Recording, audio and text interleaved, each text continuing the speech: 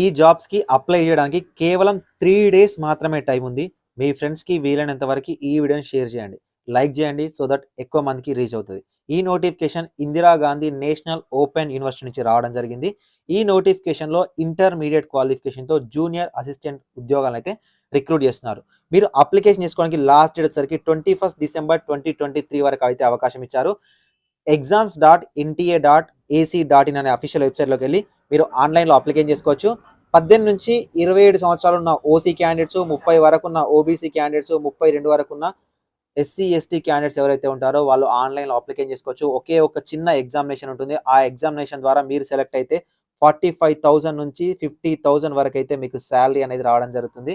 చాలా చిన్న ఏజ్‌లో ఇంటర్మీడియేట్ క్వాలిఫికేషన్‌తో గవర్నమెంట్ ఉద్యోగాన్ని సాధించే మంచి అవకాశాన్ని ఎవరు వదులుకోవద్దు. దీనికి సంబంధించిన కంప్లీట్ వీడియోని మన యొక్క యూట్యూబ్ ఛానెల్‌లో ప్రొవైడ్ చేశాను. అక్కడికి వెళ్లి చూసుకో